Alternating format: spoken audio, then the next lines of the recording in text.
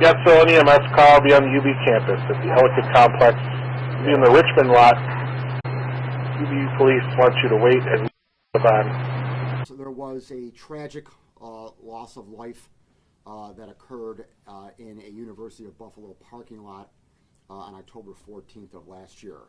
So I will not use anyone's names. I will not confirm any names at all in regard to this investigation.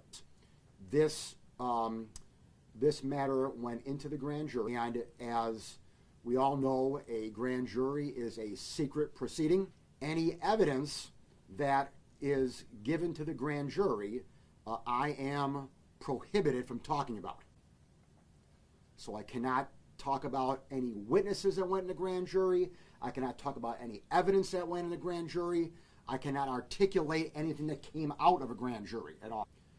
What I can talk about, and what I have a lot of, is independent evidence that was obtained outside of the grand jury. Evidence that was obtained in the course of this 6-month-long investigation that I received before we went in the grand jury.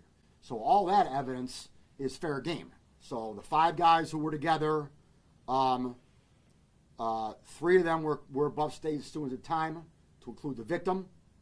1 was a former Buff State student, and 1 was a UB student. The one over here was neither. He's a stabber, all right? The one over here is a stabber. And one of the pieces of misinformation was that the stabber, the one, was a UB student or a former UB student. He never had anything to do with UB at all. Never went there, had no relation to UB whatsoever. Delta 441 to radio. 1. Some of this might be redundant, but we're going to be looking for a Kyle Foley on this stabbing. Date of birth is 12/17/98. Last seen wearing an orange shirt. He's about 6'3", skinny build, and he's got long, kind of dirty blonde hair. That's all we have for now. We're going to try to get some more. And I'll leave it at that. It appears by all accounts that the victim was a fine young man from a good, strong, supportive, loving family. The plan was to use counterfeit money to buy marijuana off the drug dealer.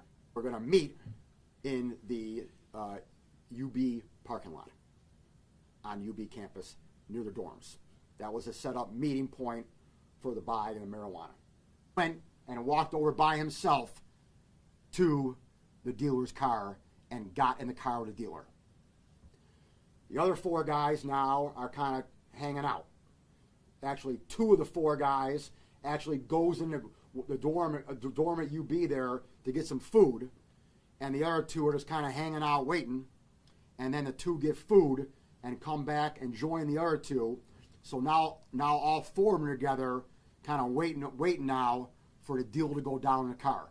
The victim also brought $1,800 in counterfeit money into the car with him to buy a pound of marijuana.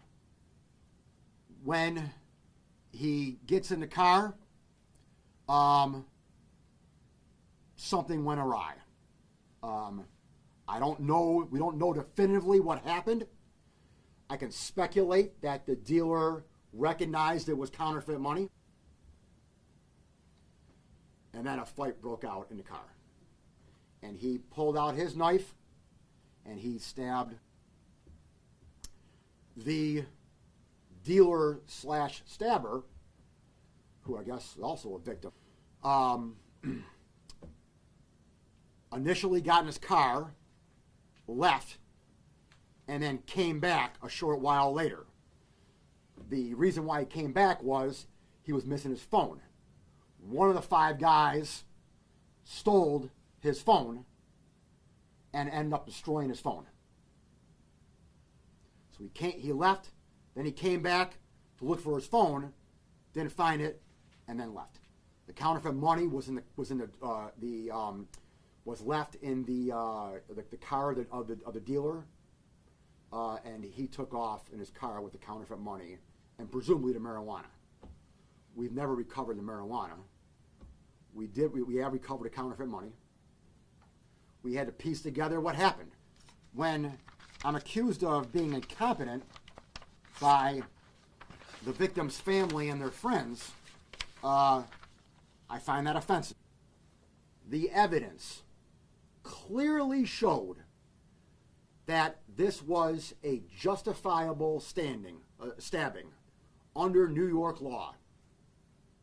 I still put the case in the grand jury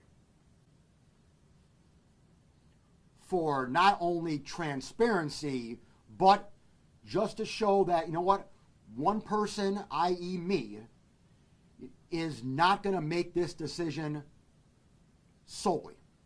I could have. I normally do. I don't particularly like using the grand jury that way. I know that the grand jury is there for that purpose, but my MO is that I put cases in the grand jury that I know that I have a good faith basis that I can prove beyond a reasonable doubt in a court of law. So the stabber here had justification to use deadly physical force on two theories. One, a robbery, being the victim of robbery, and two, his own safety. That's all that matters in this case. That's the only thing in dispute in this case. Everything else is clear cut. We know who the players are. We know the cars involved. We know the routes taken. We know where it happened. We know where the bodies are at. We know where the evidence is at. Well, not all of it. We don't have the knife. So we never recovered a knife that was used. And we never recovered the marijuana. After this incident, the stabber went home and cleaned his car. That's true. Evidence shows he did do that. He didn't do a very good job of that because at some point he turned the car over to us, and there was still blood in the car. The fact that the stabber took his car home and cleaned it out is irrelevant. I mean, it doesn't. We know who did it. We know he did it. We know he stabbed the victim. That's not a question here. His actions afterward of cleaning it up, you know, that somehow shows some kind of mindset where I had to cover a crime up. Okay. Yeah. All right. Yeah, I get it. He's probably thinking to himself, yeah, I just stabbed someone. I'm gonna clean the car out. Okay. But you know, he didn't obviously know the law and know that, you know, his actions were justified. He wasn't thinking through that probably. He just probably thought I gotta clean my car out. But like I said, he didn't do a very good job of it because when he turned the car over to us, there was still blood in the car. Yet the fact that he took his car home and cleaned it out is irrelevant. In addition to the stabbing, there's also potential attempted sale of marijuana. All right. Now it appears by the evidence that the sale never took place. All right, but there's an attempted marijuana sale there. Okay. However, in order to prosecute an attempted marijuana sale, I need the marijuana. I don't have the marijuana. Okay, so I can't. That's out the window. So the stabbing was no build. Okay, the marijuana sale, I can't do anything about it because I don't have marijuana. All right, we know what happened. We know when the cars got to UB. We know when they left Buff State. We know everything. So any type of conspiracy theories about some prior incident is just totally not true at all. And so any future comments from anyone about me somehow sandbagging this process couldn't be anything further from the truth. It may seem that I'm a little miffed by, being called a racist and being called incompetent, and to a certain degree I am. And the legal word for not to indict is called a no bill. So it's them. A group of Erie County residents, citizens, voted on this, not me. We only presented evidence. Our focus was on whether or not this stabber was being charged with a crime or not. Okay. So, I know you're saying that it's a justified stabbing. Yes. But the stabber could get nothing, not even criminal possession of a weapon. You had indicated I don't have the weapon. driving away and Yeah. cleaning the car out. Absolutely Nothing. no responsibility legally whatsoever. No. So what charges did you present? I can't answer that question. Okay. The family has also claimed that medical personnel, they were slow to getting to the scene. Do you have any indication as to No. how long it took I don't. EMS or paramedics to I get don't. there? I don't. I know that the RA was there right away. The RA, was there and had a conversation with two of his buddies. Was this potential? Is there any sort of evidence that maybe indicates that the victim was doing some sort of initiation? No, to be part no, of that? no. It was just they were going to buy marijuana with counterfeit money. So how old is this stabber? The stabber is, I don't know how. He's young. He's not. He's like. From what I remember, there was the press release says between the age of 19 and 20. Yes. I just want to know specifically. Yeah. I got it, but I don't want to do. I'm not going to say anything to identify who these 6 people are. Okay, so, but I'll let you know if I want to tell you that or not. I don't know off the top of my head exact age. When I can go find out in a minute, and I'll think about it if I want to let you know. So where is this case heading to? So Case is done. There's no It's justice for not heading anywhere. The grand jury ended it. What about investigating the people who were lying to police and all that? That's fine. What is this, example again? Happens. And just to be clear, Yeah. you said there's evidence that the victim in this case, or the deceased person, Yes. was involved in this activity. Oh, absolutely. He was the one who went into the car with the dealer, with the counterfeit money, to buy the marijuana. Well, going into the car and everything. No, nothing in the parking lot's on video.